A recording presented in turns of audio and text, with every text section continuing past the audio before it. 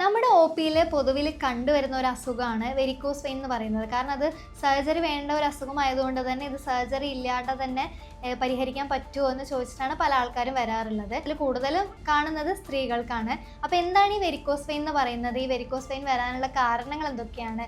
അതേപോലെ തന്നെ varicose vein ഉള്ള ആൾക്കാർ എന്തൊക്കെ കാര്യങ്ങൾ ശ്രദ്ധിക്കണം? അത്തരം കാര്യങ്ങൾ നമുക്ക് ഈ വീഡിയോയിൽ ചർച്ച ചെയ്യാം. ഞാൻ doctor Anagha Surendran, doctor Hiba Sarovia homoeopathy clinic, Perinthalmanna.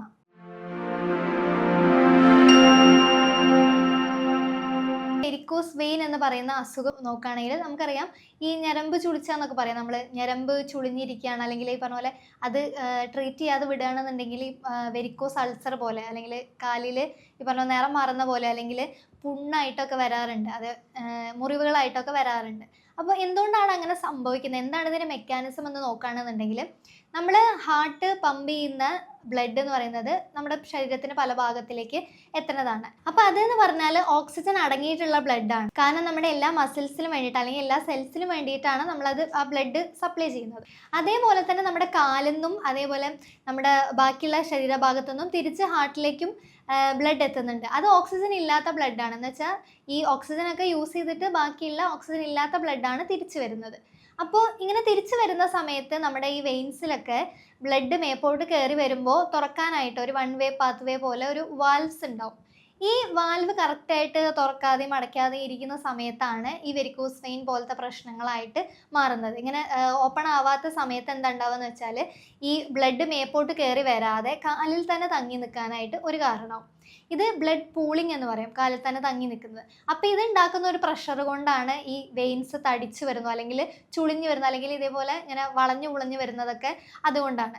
ആ ബ്ലഡ് നല്ല ബ്ലഡ് അല്ല. അപ്പോൾ അതിങ്ങനെ എപ്പോഴും കാലിലിങ്ങനെ തങ്ങി നിൽക്കുന്ന സമയത്താണ് ഈ നമ്മൾ പറഞ്ഞ നെക്സ്റ്റ് സ്റ്റേജിലേക്ക് പോകുന്നത്, അൾസറേഷൻ പോലെ ആവുന്നത്. കാരണം അവിടെയുള്ള കോശങ്ങൾക്കൊന്നും ബ്ലഡ് സപ്ലൈ കിട്ടാതിരിക്കുമ്പോഴാണ് ഈ ഒരു പ്രശ്നം വരുന്നത്. ഈ നിറം മാറുന്നതും അതേപോലെ തന്നെ അത് പിന്നീട് പുണ്ണായിട്ട് മാറുന്നതും അവിടുത്തെ സെൽസൊക്കെ നശിക്കാൻ തുടങ്ങുന്നതും വെരിക്കോസ് അൾസറായിട്ട് മാറുന്നതും. ഇനി ഓൾറെഡി സർജറി ചെയ്ത ആൾക്കാർക്ക് എന്തുകൊണ്ടാണ് തിരിച്ചും ഈ പ്രശ്നങ്ങൾ വരുന്നത് എന്ന് നോക്കുകയാണെങ്കിൽ, അതിൽ നമ്മൾ മെയിനായിട്ട് പറയുന്ന കാര്യം എന്ന് പറയുന്നത് കൂടുതൽ നേരം നിൽക്കുന്നതാണ് ഈ വെരിക്കോസ് വെയിൻ വരാനായിട്ട് മെയിനായിട്ടുള്ളൊരു കാരണം. അപ്പോൾ നമ്മളിത് സർജറി ചെയ്ത് നമ്മൾ അതിൻ്റെ ഒരു റെസ്റ്റിംഗ് പീരീഡ് കഴിഞ്ഞാലും വീണ്ടും നമ്മൾ അതേ ജീവിതശൈലിയാണ് ഫോളോ ചെയ്യുന്നതെന്നുണ്ടെങ്കിൽ നിങ്ങൾക്ക് ആ പ്രശ്നം വീണ്ടും വരാനുള്ള സാധ്യത ഉണ്ട്. അതേപോലെ തന്നെ നമ്മളിപ്പോൾ സർജറി ചെയ്ത് കളയുമ്പോൾ നമ്മൾ ഒരു വെയിൻ കട്ട് ചെയ്ത് കളയുക, അല്ലെങ്കിൽ ഏതാണോ അഫക്റ്റഡ് അതായിരിക്കും നമ്മൾ റിമൂവ് ചെയ്യുന്നുണ്ടാവുക. അപ്പോൾ ആ സമയത്ത് എന്താ സംഭവിക്കുകയെന്ന് വെച്ചാൽ, ചിലപ്പോൾ വേറൊരു അടുത്ത പ്രാവശ്യം വരുമ്പോൾ വേറൊരു വെയിനായിരിക്കും പ്രശ്നം വരിക. പക്ഷെ നമുക്ക് പുറമേ കാണുമ്പോൾ എല്ലാ ലക്ഷണങ്ങളും അല്ലെങ്കിൽ എല്ലാ കാര്യങ്ങളും സെയിം ആയിട്ടായിരിക്കും ഉണ്ടാവുക. പക്ഷെ അഫക്റ്റ് ആയത് ചിലപ്പോൾ വേറെ ഏതെങ്കിലും ഭാഗത്തായിരിക്കും, അല്ലെങ്കിൽ വേറെ ഏതെങ്കിലും വെയിൻ്റെ തന്നെ വേറെ ഏതെങ്കിലും ഭാഗത്തായിരിക്കും.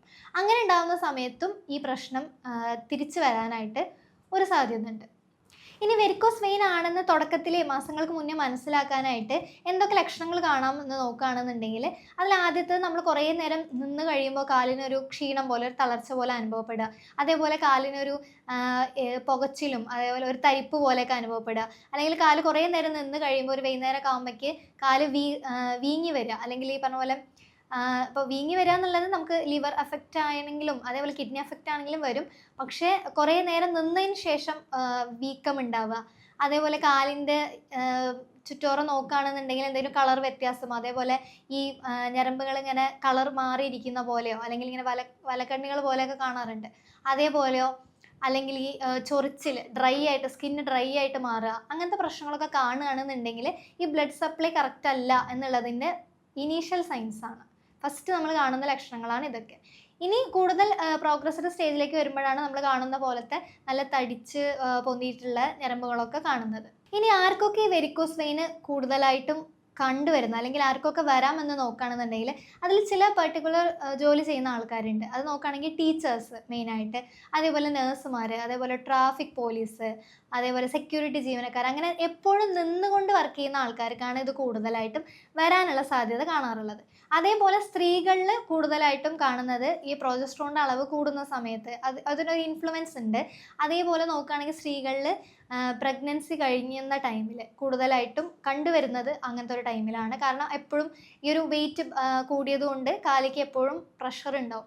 അങ്ങനെ ഉണ്ടാകുന്ന സമയത്ത് ഈ ആഫ്റ്റർ പ്രഗ്നൻസി കോംപ്ലിക്കേഷൻ ആയിട്ട് കാണുന്ന ഒരു കാര്യമാണ് വെരിക്കോസ് വെയിൻ എന്ന് പറയുന്നത്. പിന്നെ കൂടുതലായിട്ടും വണ്ണമുള്ള ആൾക്കാരിൽ അമിതവണ്ണമുള്ള ആൾക്കാരിൽ ഈ പറഞ്ഞ പോലെ തന്നെ ബോഡി വെയിറ്റ് ഫുള്ള് കാലിലേക്കാണ് ഉണ്ടാവുക. അങ്ങനത്തെ ആൾക്കാരും ഇത്തരത്തിലുള്ള പ്രശ്നം കാണാറുണ്ട്. ഇനി നമ്മൾ എന്തൊക്കെ ജീവിതശൈലിയിൽ മാറ്റങ്ങൾ വരുത്തണം നോക്കുകയാണെങ്കിൽ ഉറപ്പായിട്ട് നമ്മൾ ചെയ്യേണ്ടത്, എപ്പോഴും നിന്നുകൊണ്ടിരിക്കുന്ന ആളാണെന്നുണ്ടെങ്കിൽ കുറച്ച് നേരം ഇരിക്കാനും അല്ലെങ്കിൽ പറ്റുകയാണെന്നുണ്ടെങ്കിൽ കുറച്ച് നേരം കിടക്കാനൊക്കെ ആയിട്ട് ശ്രദ്ധിക്കുക. ഇനി നിങ്ങൾ കിടക്കുന്ന സമയത്താണെങ്കിലും, അപ്പോൾ പകൽ കിടക്കുകയാണെങ്കിലും രാത്രിയിലാണെന്നുണ്ടെങ്കിലും കാല് നിങ്ങൾ ഹാർട്ടിനെക്കാട്ടിലും കുറച്ച് പൊക്കി വെക്കാനായിട്ട് 1-2 പില്ലോ വെച്ചിട്ട് കുറച്ച് ഉയർത്തി വെച്ച് കാല് വെക്കുകയാണെന്നുണ്ടെങ്കിൽ കുറച്ച് ബ്ലഡ് ഫ്ലോ നമുക്ക് ഇമ്പ്രൂവ് ചെയ്യാനായിട്ട് സാധിക്കും.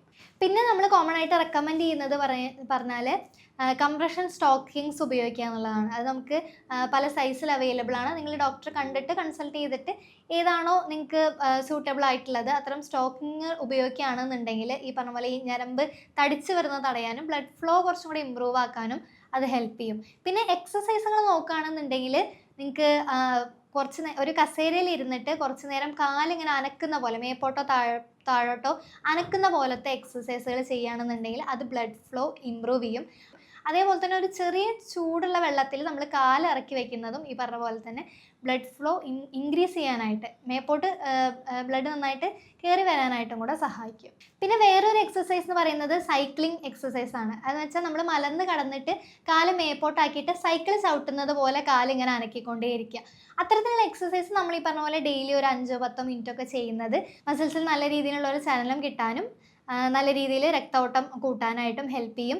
ഇനി വേറൊരു എക്സസൈസ് നോക്കുകയാണെന്നുണ്ടെങ്കിൽ നമ്മൾ ഇതേപോലെ കിടക്കോ അല്ലെങ്കിൽ കട്ടിലോ ചുമരിനോട് ചേർത്ത് കടന്നിട്ട് നമ്മൾ മലർന്ന് കിടക്കുക, കാല് നമ്മൾ ചുമരിൽ തട്ടിയിട്ട് വയ്ക്കുക, കാല് മുഴുവനായിട്ട് ചുമരിലേക്ക് ഉയർത്തിയിട്ട് വെക്കുക, ചുമരുമ്പിൽ പ്ലേസ് ചെയ്ത പോലെ. അങ്ങനെ വെച്ചതിന് ശേഷം നമ്മൾ അങ്ങനെ ഒരു 2 മിനിറ്റ് 3 മിനിറ്റ് ഒക്കെ മെയിൻറ്റെയിൻ ചെയ്യുക പരമാവധി പറ്റുന്ന രീതിയിൽ. അങ്ങനെ ഉണ്ടാകുന്ന സമയത്തും ഈ പറഞ്ഞ പോലെ മേലിൽ നിന്ന് താഴോട്ടുള്ള ബ്ലഡ് ഫ്ലോ നമുക്ക് ഇൻക്രീസ് ചെയ്യാനായിട്ട് സാധിക്കും. ഇനി നിങ്ങൾ ചെയ്യാൻ പാടില്ലാത്ത 2 കാര്യങ്ങൾ നോക്കുകയാണെന്നുണ്ടെങ്കിൽ, നിങ്ങൾക്ക് ഈ മുറിവുകളൊക്കെ വന്നിട്ടുണ്ട് അല്ലെങ്കിൽ ഈ പറഞ്ഞ പോലെ നിറവ്യത്യാസം കാണുന്നുണ്ട്, ചൊറിയുമ്പോൾ തന്നെ ഒരു ചൊറിച്ചിലൊക്കെ വരുന്നുണ്ട്, ചൊറിയുമ്പോഴേ സ്കിന്നൊക്കെ ഇളകി പോരുന്നുണ്ടെന്നുണ്ടെങ്കിൽ അതെന്താണ് പ്രശ്നം എന്നുള്ളത് ഡോക്ടറെ കൺസൾട്ട് ചെയ്ത് മനസ്സിലാക്കിയതിന് ശേഷം മാത്രം മെഡിസിൻസ് കഴിക്കാൻ തുടങ്ങുക, അല്ലെങ്കിൽ പറഞ്ഞ പോലെ ഡ്രസ്സിങ് ചെയ്യാൻ തുടങ്ങുക. കാരണം ഷുഗറുള്ള ആൾക്കാരിലും ഇതേപോലത്തെ പ്രശ്നങ്ങളൊക്കെ കാണാറുണ്ട്. അപ്പോൾ അതുകൊണ്ടാണ് അത് എന്തുകൊണ്ടാണ് വരുന്നത് എന്ന് ആദ്യം മനസ്സിലാക്കണം.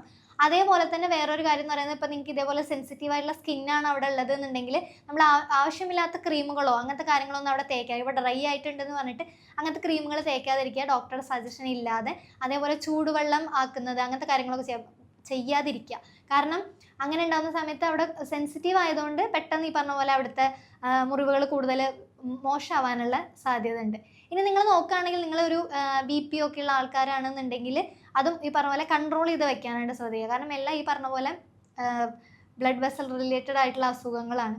അതേപോലെ ഉപ്പിൻ്റെ ഉപയോഗം അധികമായിട്ടില്ലാതെ കുറയ്ക്കുക. ഉപ്പൊക്കെ കൂടുതൽ കഴിക്കുന്നത് ഈ വീക്കം കൂട്ടാനായിട്ടാണ് കാരണമാവുക. അതേപോലെ ഇപ്പോൾ ഞാൻ നേരത്തെ പറഞ്ഞ എക്സസൈസുകളൊന്നും ചെയ്യാൻ പറ്റുന്നില്ല എന്നുണ്ടെങ്കിലും നിങ്ങൾ അറ്റ്ലീസ്റ്റ് ഒരു 30 മിനിറ്റ് നടത്തമെങ്കിലും ഫോളോ ചെയ്യാനായിട്ട് ശ്രദ്ധിക്കുക. അങ്ങനെ ആകുമ്പോൾ നന്നായിട്ട് രക്തം പമ്പ് ചെയ്യാൻ പറ്റും. കാരണം ആ മസിൽസ് നല്ലോണം വർക്ക് ചെയ്യുന്നത് കൊണ്ടാണ് രക്തം പമ്പ് ചെയ്ത് മേലോട്ട് പോകുന്നത്. അപ്പോൾ ഇത് നമ്മൾ തുടക്കത്തിലേ ഫോളോ ചെയ്യുക. കുറച്ച് ലേറ്റ് ആയിട്ടുള്ള കണ്ടീഷനിലാണെന്നുണ്ടെങ്കിൽ ഈ പറഞ്ഞ പോലെ കാലിന് നീരും വീക്കവും വേദനയൊക്കെ ഉണ്ടാവും. അപ്പോൾ ആ കാലത്ത് നമുക്ക് അത്തരത്തിലുള്ള എക്സസൈസുകൾ അല്ലെങ്കിൽ ഈ നടത്തം പോലത്തെ കാര്യങ്ങൾ ഫോളോ ചെയ്യാൻ ബുദ്ധിമുട്ടായിരിക്കും. അപ്പോൾ നിങ്ങൾക്ക് ഇങ്ങനത്തെ ഒരു പ്രശ്നം കാണുകയാണെന്നുണ്ടെങ്കിൽ തന്നെ നിങ്ങൾക്ക് ഈ കാര്യങ്ങളൊക്കെ ഫോളോ ചെയ്യുകയാണെങ്കിൽ ഈ ഒരു സർക്കുലേഷൻ പ്രശ്നം ഇമ്പ്രൂവ് ചെയ്യാനായിട്ട് നമുക്ക് സാധിക്കും. അപ്പോൾ ഈ വെരിക്കോസ് എന്ന് പറയുന്നത് നമ്മൾക്ക് ഇനീഷ്യൽ സ്റ്റേജിൽ തന്നെ മനസ്സിലാക്കുകയാണെന്നുണ്ടെങ്കിൽ പെട്ടെന്ന് തന്നെ മാറ്റാൻ പറ്റുന്ന ഒരു അസുഖമാണ്. അതേപോലെ ഇത് കുറച്ച് പ്രോഗ്രസ് ആയിട്ടുണ്ട്, ഈ രക്തക്കുഴലിനൊക്കെ കേടുപാട് വന്നിട്ടുണ്ട്, അല്ലെങ്കിൽ പറഞ്ഞ പോലെ ഞരമ്പുകൾക്ക് ചുളിവ് പോലെ വന്നിട്ടുണ്ട് എന്നുണ്ടെങ്കിൽ അതിനനുസരിച്ചുള്ള ഒരു കാലതാമസം എടുക്കും എന്നുള്ളതാണ്. അപ്പോൾ നിങ്ങൾ ഇത്തരം പ്രശ്നങ്ങൾ കൊണ്ട് ബുദ്ധിമുട്ടുന്നുണ്ട്, നിങ്ങൾ സർജറി അല്ലാതെ മറ്റ് ഓപ്ഷൻസ് ആണ് തിരയുന്നതെന്നുണ്ടെങ്കിൽ നിങ്ങൾക്ക് ധൈര്യമായിട്ട് കൺസൾട്ടേഷൻ എടുക്കാവുന്നതാണ്. കൺസൾട്ടേഷനും കൂടുതൽ വിവരങ്ങൾക്കും താഴെ കൊടുത്തിരിക്കുന്ന നമ്പറിൽ ബന്ധപ്പെടാവുന്നതാണ്. പുതിയൊരു വീഡിയോയുമായിട്ട് വീണ്ടും വരാം.